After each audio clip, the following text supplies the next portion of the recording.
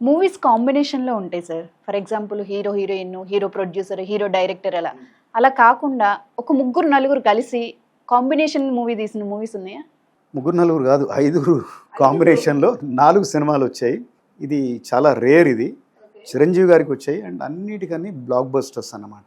So Chiranjeevi గారు, then KS Rama Rao creative commercials producer, A Kodandarami Reddy director, Yandamuri Veerendranath గారు writer, Ilaiyaraaja music director, Lok Singh cameraman.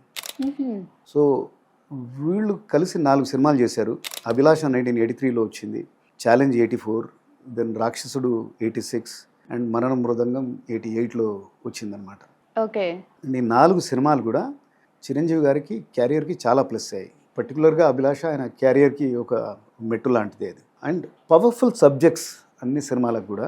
For example అభిలాష అంటే ఉరిశిక్షకు అగేన్స్ట్గా ఒక హీరో చేసే పోరాటం.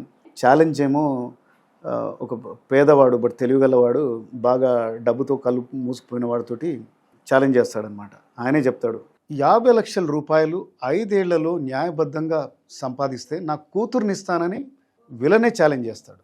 డబ్బు టు ద పవర్ ఆఫ్ డబ్బు అనే నావల్ మీద బేస్డ్ ఇది. అండ్ రాక్షసుడు వాళ్ళ తల్లిని వెతుక్కునే ప్రయత్నం, మరణ మృదంగం కూడా మంచి కథ. అండ్ ఇంకోటి ఏంటంటే ఈ సినిమాల పాటలన్నీ కూడా ఆల్బమ్స్ అన్నీ కూడా బ్లాక్ బస్టర్స్. రేసీ సాంగ్స్ ఉంటాయి, మెలోడియస్ కూడా ఉంటాయి. రేసీ అంటే నవ్వింది మల్లెచెండు అభిలాషలు, దెన్ ఇందువదన కుందరదన, అట్లాగే సరిగమ పదనిస రసనస అని మరణ మృదంగంలో ఉంటుంది. మెలోడియస్ సాంగ్స్ అంటే ఉరకలై గోదావరి, దెన్ మళ్ళీ మళ్ళీ ఇది రాని రోజు రాక్షసులు. Amazing and beautiful songs. ఇప్పటికీ ఎప్పటికైనా వినొచ్చు మనం.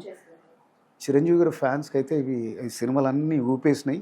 ఈ రోజు కూడా మనం ఆ సినిమాలను చూస్తే బాగా చాలా డేటెడ్ అయిన టైం అయినా కానీ చాలా ఫ్రెష్గా ఆయన ఎనర్జీ, ఆ డాన్సెస్, ఆ మ్యూజిక్, ఆ సబ్జెక్ట్ బ్రహ్మాండంగా ఉంటాయి.